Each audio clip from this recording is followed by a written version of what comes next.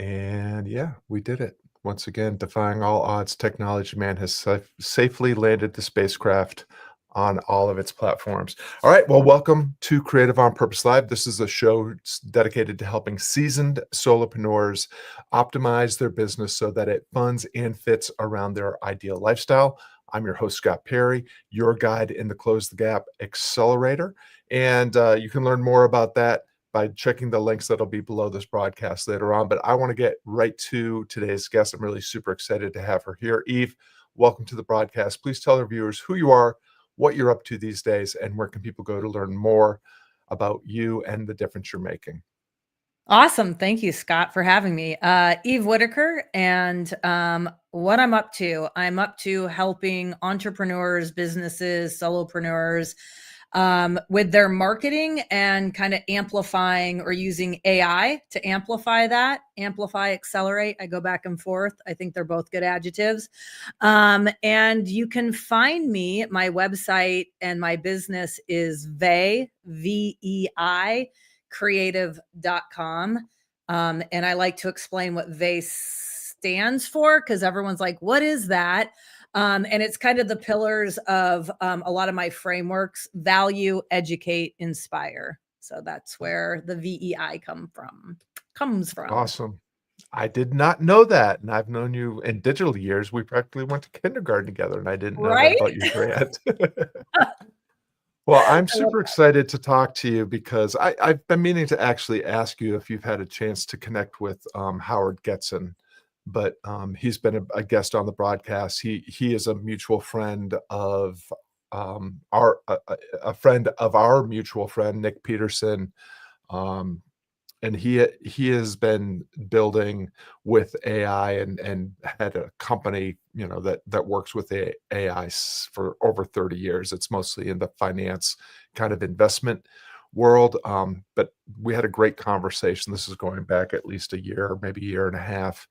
And since then, I haven't really brought on people that are playing with AI for no good reason, because like for me, I have for the last year and a half or so been heavily using ChatGPT to help me augment my intelligence and accelerate my ability to close the gap between where I am and where I want to be. And since you and I have become friends and I've been following your work, I see you doing a lot of really interesting things.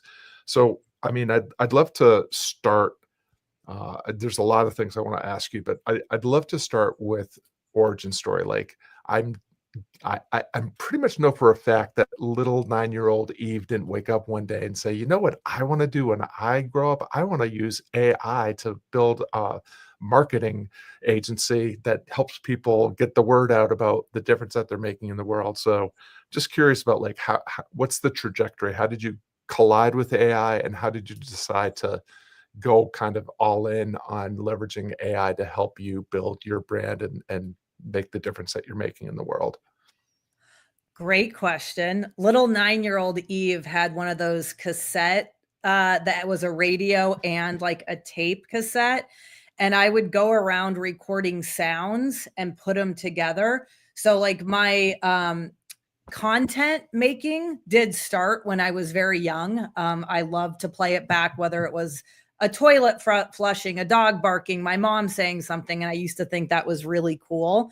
My formal education is in broadcast journalism. I started playing around with a VHS recorder when I was in high school and made a lot of really great movies that are probably living somewhere on a tape. And that led me into going to school. And at the time I went to the University of Montana, there was only a radio, television, broadcast journalism.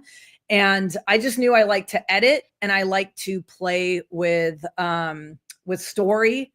And so that was kind of where I went and got into documentaries. My first professional stuff was documentaries and actually radio. A lot of people don't know this, but I used to have a radio show on public radio.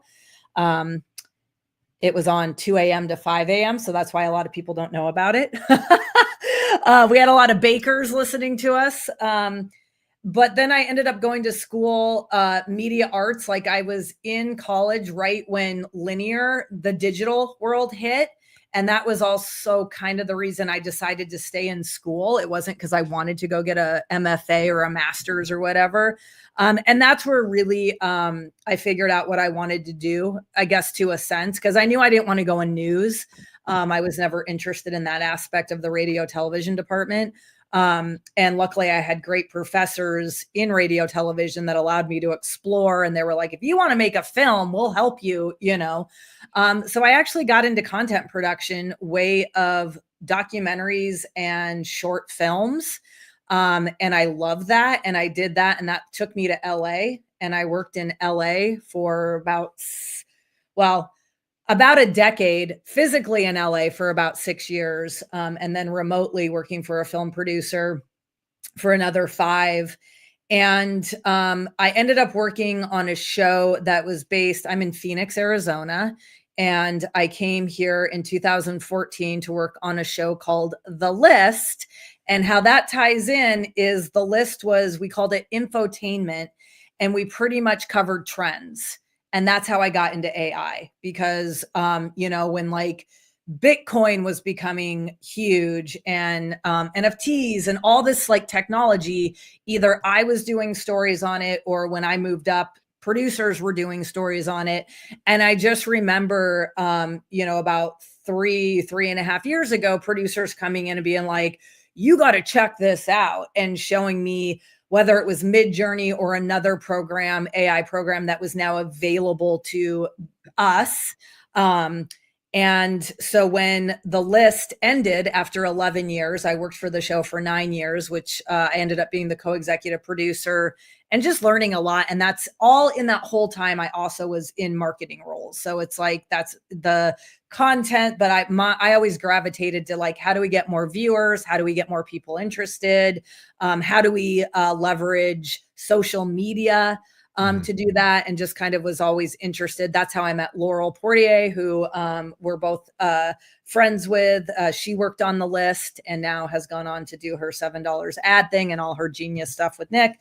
But and when I say genius, she's a genius, not to confuse that with Genius Network. But anyway, and so when The List was ended, I literally just started doing stuff in AI, like, because I'd already played with it and saw how it would help our show. And at the time, because our show was owned by Scripps, which is primarily a news company, they were very gingerly about what we could do with AI. And I still think that's the case in a lot of businesses. They don't know what we can do or what they should do with it. And it was really just jumping in the pond, like, or the ocean, I guess would be a much better way to say it. And just beginning, it was literally playing with it like a child playing with a toy. There was nothing about learning it for any specific reason, except I was like, that's cool. That's cool. And, I was asked when I was in grad school if I considered myself an artist, and I didn't. And it's like, it's funny because today I would say I am, but my medium has always been different. But now with AI, and I'm sure there's a lot of fine artists that are going to cringe when they hear this, but I now can take images and stuff that's in my head and put them out there, and I'm not selling them. And there's a whole bunch we could talk about that, which I won't go down unless you want to, but I now have my platform where I can't draw, I can't paint, I can't, or I can, but what's in my head doesn't come out on those canvases, but using AI, it does. And so I've just loved the journey, and it's just been one foot in front of the other, engaging the field and kind of figuring it out as I go. Yeah. I love just the immediate reflection that comes up for me is, for those of us that identify as creatives in whatever way that is, as writers, as painters, as photographers, or just as creative beings trying to make a difference in the world through the work that we do, um, that idea of just playing with something is really powerful to me. Like, that's exactly how I got into. I primarily have been using ChatGPT. I've tried out Claude for a period of time, and Perplexity over a period of time. Tried whatever Google calls itself now. It was Bard when I was playing with it. Gemini but now. Is it Gemini? Okay, so but, just this idea, like, I don't like I don't fully understand what this is or what it does, but it's interesting, and I'm just going to type a bunch of shit into this box and see what it spits out type of thing, Yeah, and that has been immensely rewarding just in terms of the playfulness part of yeah, it, like, just to see what this unconscious, insentient thing does with words that I put in due to its ability to scrape the entirety of the internet and find interesting things I never would have found on my own, yeah, make connections that I never would have. But a lot of the people that will tune into this broadcast are people that have a kind of at best an ambivalent relationship with AI, Chat GPT, et cetera, because it at first glance, it looks like it's going to take all of our jobs away. It can make really like someone with no painting or photographic skills can create a beautiful image in someone that has mediocre to poor writing skills can put together craft a, above average blog post or even a average to above average book yeah, just in days as opposed to weeks, months, years. So for people like that who have this there's an underlying anxiety um, about like what AI might do to their livelihood. um, what as someone that has embraced it fully as an amplifier, as an augmenter of what you do, like, what's your take, or what would you say to someone that has that ang like, latent anxiety about, like, "I don't know if I can play with this. Maybe it's actually the enemy. Maybe I should jump on the bandwagon for suppressing, yeah. AI so I can just keep doing average work and get paid for it." Yeah. No, that's a great question, and I get asked it a lot. And my answer's changed over the course of the last year and a half. Now, simply learn it. Learn AI, right? Like it is going to change the landscape, especially if you are a creative. And when I say especially, that might not even be accurate. That's my world. So yes, it's changing it. Um, but what I say to people is AI right now is compared to where the internet was in 1996. So if you were a business owner in 1996 and you didn't have a website, not a big deal, but your competitor got a website and now people are only selling on their websites, right? So if you look at it like that, I was also in college when Photoshop became mainstream. And I had a neighbor whose dad was an illustrator. Was his job obsolete? Well, can you take an illustrator and teach them and give them a new paintbrush and then they become even better? I would think so versus the person that just learned Photoshop like me who really isn't good at graphic design, right? So to me, it's learn it. The jobs that are going to go away and that are going away are jobs that can be automated, right? So if you are a data input person, if you have, and I don't like the word low level or entry level or whatever, but those are the jobs that are going away. But just like any revolution, whether it was the industrial revolution, the any of that stuff, and you go back and you really look at jobs disappeared, but jobs also entered, right? And Mhm. you're going to be fine. But I have a friend whose brother was his entire department was eliminated and it was replaced with AI. And he was that when you were on the phone and they said this is being recorded for quality assurance, he was the quality assurance. Do we want to do that as humans? And that's kind of the argument that I've heard other people talk about where they get really worried about AI. And trust me, I even have family members that just aren't, they're not interested in what I'm doing, right? Literally, that's what they say. I'm just not really interested. And I think that what this tool is going to give us, and it's not one tool, but just talking about AI as a whole, is the ability to actually go out and truly be human again. Like, I think that Mhm. what are we doing? We're talking to a computer right now, and you're somewhere and I'm somewhere, and we have become, even since COVID, I think the timeline of how much we are embracing technology. And so now there's technology that's going to allow us to not have to sit there and do certain things. Just on a personal level, for me, I say it collapses time, it saves me money, and it gives more value. Um, I can eventually start automating some of the things that I still do manually. And what can I do with that? Well, that's up to me, right? I'm going to spend time outdoors because I'm an avid hiker and I love the outdoors. You might spend more time with your grandchild, So to me, the argument, I can go both ways.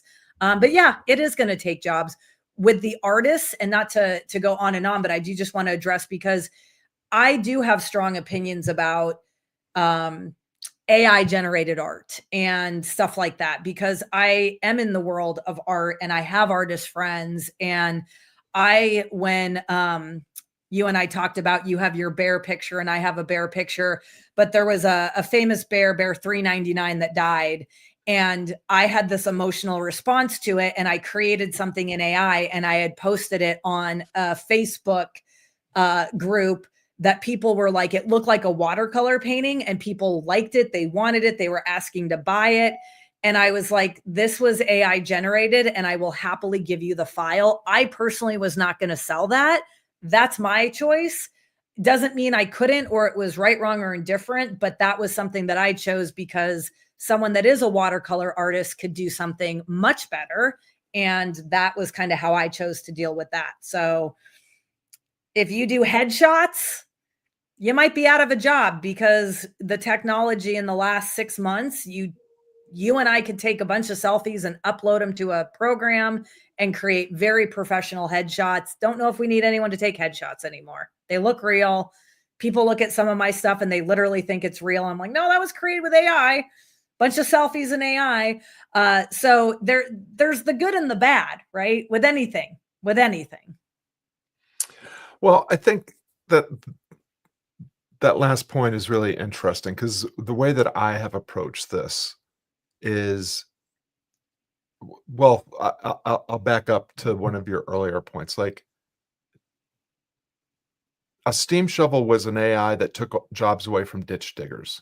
Now, if you were passionate about digging ditches and your identity was tied to your ability to dig really great ditches, the steam shovel may have robbed you of something really significant. I'm guessing that most ditch diggers eventually got over the fact that they couldn't dig ditches anymore and found something else to do with the time that maybe was more fulfilling and more lucrative. Yeah. And so there is that piece of it that is really a recapture and reallocate. Like, will AI spit out a shitty first draft in 10 minutes as opposed to 10 days or 10 weeks or 10 months? Yeah. Does that Yeah. give you the ability to accelerate your ability and augment your ability to create a better finished piece in less time with less effort? Um, and yeah, that's and is that not a good thing? Like, I think it can be, but to your last point, this is the thing that I always come back to. We have to remember what AI is fundamentally, which is it is a tool, and tools are not good or bad. Tools are tools. How people use them can be good or bad. A hammer is a tool. It's not Yes. inherently evil or good. A weapon. You can use it to build a house, that could be a good thing. You could Yeah. use it to bash someone's head in. That would be considered a bad thing, but the hammer doesn't care. The hammer doesn't have any linked morality that's wound up in it. So part of it, what the fundamental point that I'm getting from what you're saying that I totally agree with is it's up to you how you're going to embrace or not embrace a technology that is readily available to everyone. And you can choose to ignore it or rail against it. But the people that are embracing it and figuring it out how to make it do what they do better and faster and easier are going to leave you in the dust in a very short period of time. And so, I'm kind of with you on, like, what's the harm in just giving it a try, like playing Yeah. around? Because 90% of the people that I say, just take an hour and have a conversation with ChatGPT like you would a brainstorming partner, a research partner, your line editor, whatever, and see if you're not somewhat impressed Yeah. with its ability, and then tell me whether or not it's not only if it's not the best assistant you've ever had, it will be the cheapest. Yeah. Yeah. So, why not? Like, why not? And I guess the last point that you made also worth um just highlighting is, like, don't don't be a jerk. Like, be transparent about what you're doing. Like, Yeah. if AI painted the picture, let people know that that picture was painted in collaboration with AI. If AI helped you research, write, line edit your book, like, let people know that this was done with AI. Don't try to Yes. pass and that's the thing that seems like got people so upset early on is a bunch of digital marketers that used to be experts in social media ads suddenly became experts in AI in a minute, and we're Yeah. publishing, like, how to make $1,000,000 in 30 seconds with AI, Yep. um, and so The quick grabs. yeah, yeah. Yeah. So, I mean, if there's anything there that you feel like you could further amplify, but also love to get into a little bit of, like, specifically, how are you leveraging AI in the marketing space? Because I have done some things in that space as well, just for my immediate clients, but you're doing it at a scale that's, well beyond, what I'm doing and familiar with. Yeah, no, I will kind of briefly go over my ecosystem and then kind of add like tidbits in there of kind of how I do it. But like first and foremost, I do want to go back and just say one thing. Like if anyone's watching and hasn't played with AI, I always give the example of if you have a family of 4 and a budget of $250 and you list, 3 of your favorite meals and ask ChatGPT to create a grocery list for you within that budget, looking at what leftovers, if you're only going to use X amount for tacos and burgers or whatever, um, it will do that for you. I can put, hey, I have these 6 ingredients in my refrigerator and I have 10 minutes to make something. Give me 4 recipes. I mean, it doesn't necessarily like it can just be your assistant in everything, that just will give you stuff that Your domestic assistant. right? And that's how I kinda got my mom. I was like, "Look what you can do," and she was like, "Oh, wow." Like, so it doesn't always have to be a money-making or job-taking thing. It can just be like, "Hey, help me with dinner tonight," which I think most of us can relate to. So what am I doing with AI? Well, because I'm in content, I'm in marketing. I have an agency. I say I'm a virtual agency because I'm a one woman show with a bunch of partners all over the world. And I say all over the world. I really have one partner that's in Australia, but she gives me the ability to say all over the world. And she's kind of my automator. Like she's really good at automating things. Because for me, there's so much always coming at you that Mhm. I can't be a jack of all trades, right? So I find people that kind of understand different things, and I just need to know the basics. But what I do is I produce content for clients, and I put that content into a strategy. And this isn't in the order. I'm just kind of going through how I would do stuff. And the strategy, whether it's email marketing, uh, SEO for websites, blog posts, stuff on YouTube, getting people have heard of SEO. There's also GEO now, which is generative engine optimization. And it's actually how Google is beginning to crawl and start looking for things.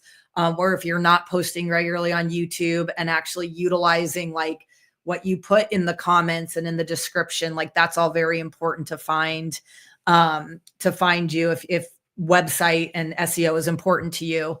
Um, And so what I've kind of done is I've created this really simple, I won't say cookie cutter because it is different for every client, but the very basic client is I go in and I spend about 4 months doing content for them because that really helps me learn their business.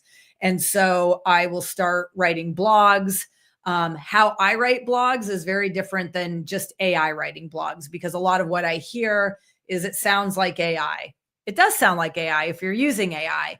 But if you're using the right tools or understanding how to give, whether it's ChatGPT or Claude or Perplexity or whatever, ZimWriter is a great tool. The prompts, which will allow you to have strikeout words. And there's all these basic words that, transcend and on the corner of this and that and a blend of that, like there's all these buzzwords that sound like AI. I hear from a lot of people, they're like, I can tell when it sounds like AI.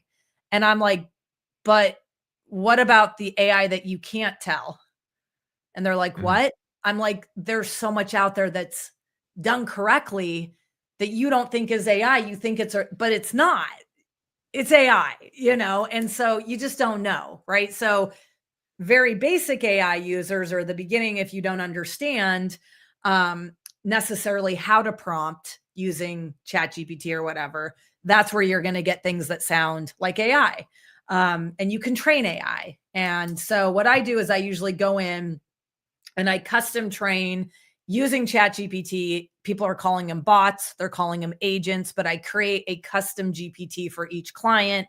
I work with some partners on getting their tone. That's something I promised I would do for you, so you could test that out. But so it sounds like you, so it doesn't sound like AI.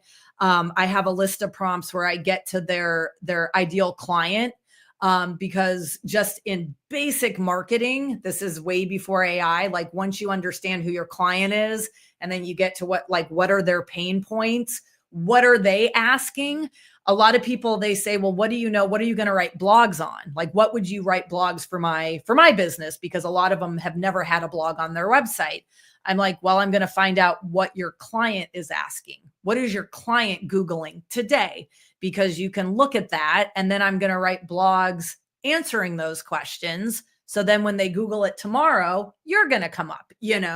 And so I kind of have this like system of, okay, let's get your SEO going on your website.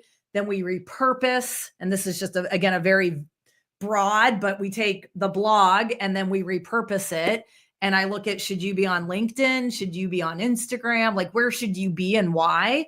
LinkedIn is a very underrated platform that has blown up since COVID, and it is being used incorrectly by about 80% of the people on it.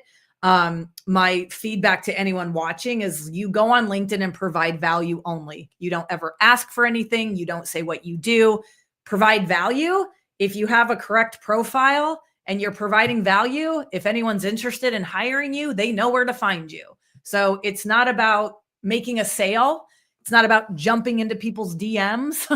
Just provide value. You'll see it. It takes some time because it's very organic. But so I just kind of do all that, and I'm able to do it quickly. And I think that's where, for me, because right now, one of the things that's important in my life is being able to have time for me. Like, could I keep growing and working? And I'm like, no, I want to stick to X amount of clients, because I'm very much in a case study and kind of engaging the field type of thing, or place in my career where I'm kind of utilizing each of the clients. Like I'm waiting list on clients because I don't want to work with everybody. And it's, to me, everything's kind of coming together, just organically, in that sense of like, oh, this is beginning to make sense. This is why I'm doing this. But that's kind of what I do. And then when I learn their systems, what I've been able to do is, through interviewing them and doing all the things to get that content, I begin to see the inefficiencies in their business and what can we automate. And that's Mhm. something that I didn't go to school for. I just think working in television for 20 some years, it was always like idea to broadcast. And it was the same equation, but always a different assembly line.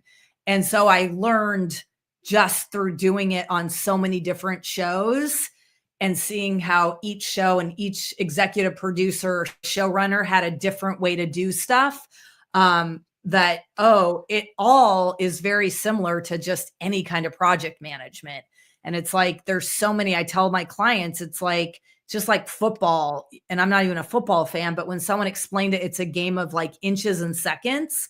I'm like, Mm. just having two people working on this, or you guys not communicating, or you guys siloing this is costing you thousands of dollars over the course of years. And so a lot of it's not even figuring out how AI can play into that. It's just stuff that I see and I begin to be like, this doesn't make sense. Why don't we do it this way?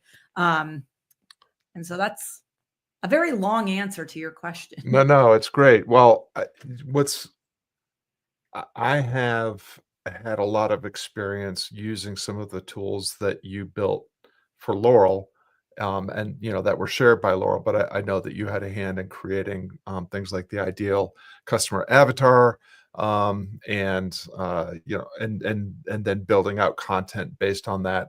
So, number one, like as someone that's been through programs where you could spend not just hours, but probably days and even weeks on identifying your ideal customer avatar. It can literally be done in less than 20 minutes Yep. using some of the systems that you've created. And so there's this acceleration and uh, piece of it that's really helpful. Like just being able to do stuff like I don't think anybody in my world that's a solopreneur is like, you know what I love to do? I love to do marketing. Give me more. Like I need to spend more time. I love spending time creating customer avatars. Like that's my nobody that I work with feels that way. But Yeah. we all kind of acknowledge that it's a necessary evil. And one of the things that I'm hearing in everything that you shared that really ties in with what we're all about in terms of the solopreneur success stack and the Close the Gap program is if you are a person that has a has demonstrated that you have a validated offer and a sustainable business just by virtue of the fact that you've been around for a little bit, like you can't survive for a year, two, three, unless you've actually sold some stuff. So it may not be your favorite thing to do, but if you if you're able to demonstrate that you have an offer that is irresistible enough to an audience that is eager enough, and you really just need to optimize your marketing and sales system that puts that offer in front of that audience and collapses the time that it takes for them to go from, I know who you are and I'm interested in what you do to, I want to invest in the difference you can help me make. Like AI is the biggest boon I can imagine, and the cheapest that I can imagine in terms of being able to um, eliminate, like literally on an onboarding session, when we identify all of the time that is being spent on marketing and sales activities in a typical solopreneur's day, we can eliminate 80% of that. That's time, energy, attention, and revenue that is being clawed back, and you can invest that in the things that you love about your business, or you could just invest it in the things that you love to do outside of your business. And that's for me, the biggest part. And I also wanted to just touch on what you said about like I don't have a love-hate relationship with LinkedIn. It's mostly just like a hate-hate relationship with LinkedIn because so many people do it really terribly. Yeah. And I love what you said because it also ties into what we teach around this idea of be a blessing marketing. Like wherever you are delivering value, just deliver value. The people that want to learn more will Google you or go to your bio. They will find you where you can have that more direct conversation and you can market and sell them stuff. But if you're on LinkedIn, give just be helpful, be useful. If you're on Facebook, be helpful, be useful. Do your I call it do your thing and let them watch. Like Yeah. demonstrate how you are the best in the world at doing what you do in the way only you can do it. And the people that resonate with that, they'll come find you. So Yeah. I love that piece of it. Um, as we're wrapping up our time together, uh, I always love to end, and you've kind of done this already, but you can amplify what you said earlier. But for again, the folks on that are tuning in, they are advancing entrepreneurs that want to make a bigger impact and a better living by doing more of the work they love and less of the work that they hate, optimizing their business. AI, I think you and I would agree, is probably one of the number one force multipliers at your immediate disposal to do that. For anyone that's tuning in that hasn't looked at AI seriously or has some reservations about starting to explore AI, what advice would you give them to just give them a place where they can take a small step and simply begin? That's a great question. Because I want to say play with it, right? But if you don't know how to play with it, that makes it frustrating because it's like garbage in, garbage out, right? You're not going to like it. Um, I would start, and if they can remember this, it's really simple, like a framework of when you can go to the free Chat GPT or Claude or Perplexity. And I say, it's a three-pronged framework. And it's giving the AI a role. And so if you want financial advice, you're going to tell the AI that they are a financial planner. If you want advice on how to do your social media, Instagram, they are a social media online marketer with experience in Instagram, right? So you give it a role and then you give the task. And the task is where you can just throw up every bit of information that you want, right? So the task I would like you to do is create a plan for, and then you just give it all the information. And then the third part, and I got to give credit to Jonathan Mast. He is my mentor. I follow him. He is all about the value. He started teaching this about a year and a half ago. The third part is, what clarifying questions do you have for me? And you can just leave it there, or in order to optimize this. And then you're going to actually get the AI to work for you, right? Because then it's beginning, you're training it. And this is kind of prompt engineering where it's going to ask you some questions so it can give you a better output, right? And then I would say then play with it, because I think a lot of times there's so much you can do. And it can be so overwhelming. I agree with you. I'm a big fan of ChatGPT. I would start with ChatGPT because, again, there's a free version. And so you're not going to break it. You really can't break it.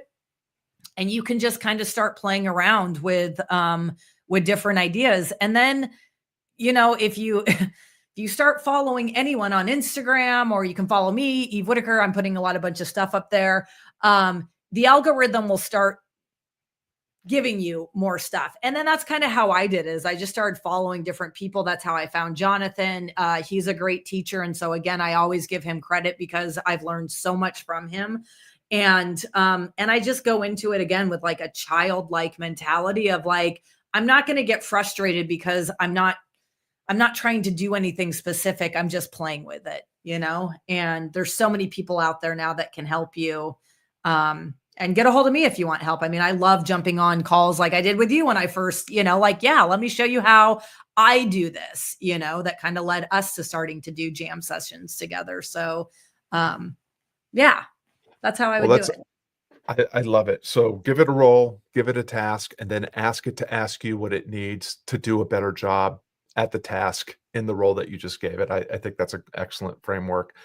We want to thank everyone for tuning in. Even I really appreciate the gift of your time and attention. We hope that today's conversation inspires you to open a loop, play around with something that maybe you haven't played around with, and use it as a force amplifier to help you get closer to what you want in terms of building a solopreneur business that funds and fits your ideal lifestyle. If you are watching on social media or on YouTube and you have a comment or a question, just drop it below. We'll be happy to circle back to you if there's a question or a resource that we can help you with.